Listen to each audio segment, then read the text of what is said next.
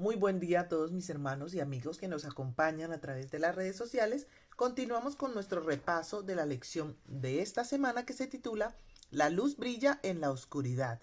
Recordemos nuestro versículo para memorizar que se encuentra en San Juan 12:35. Para hoy lunes 15 de abril, la lección titula Lobos salvajes.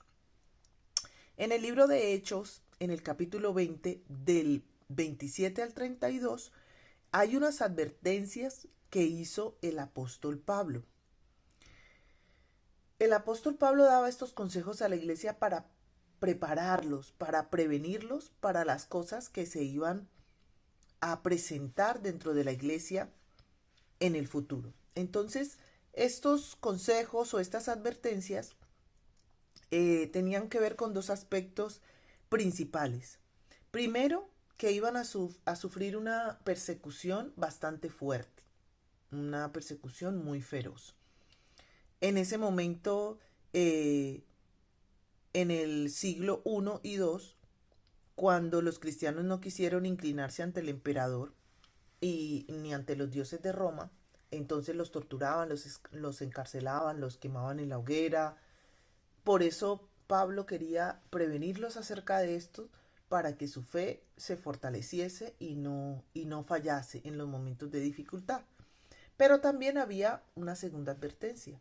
Dentro de la misma iglesia se iban a levantar también estos lobos a tratar de devorar la iglesia, a tratar de introducir cosas paganas dentro de la iglesia, a sustituir las verdades divinas por falsas doctrinas y poco a poco esto se fue dando en los siglos cuarto y quinto. Sutilmente se fueron introduciendo las prácticas paganas dentro de la iglesia cristiana.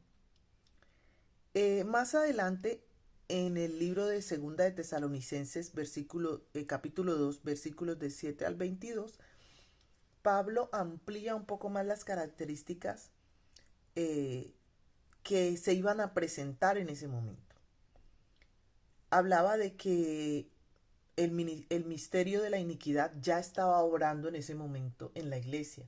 Quiere decir que ya se notaba cómo algunas personas empezaban a distanciarse del camino y a intentar introducir cosas de sus costumbres paganas, ¿cierto?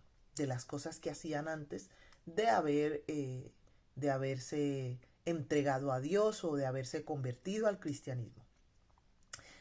En ese momento habían muchos dioses, todas las religiones tenían un dios al cual adorar y vemos que en la iglesia cristiana, la iglesia de los primeros siglos, liderada por el papado, empezó a también para aumentar la aceptación de las personas paganas y que para ellos les fuera más fácil entrar al cristianismo y sentirse, por decirlo así, cómodos, lo que hicieron fue reemplazar esas deidades que ellos adoraban en el paganismo con otras imágenes, solo que las llamaron santos.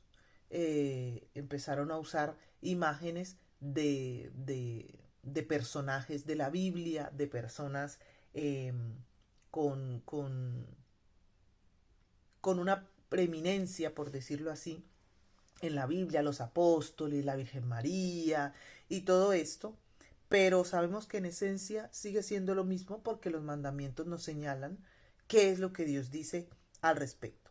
También con el domingo, que era el día de adoración para el dios Sol, se adoptó gradualmente como día de culto cristiano. Primero fue una festividad y luego poco a poco se fue introduciendo hasta darle una santidad que le pertenece al día sábado.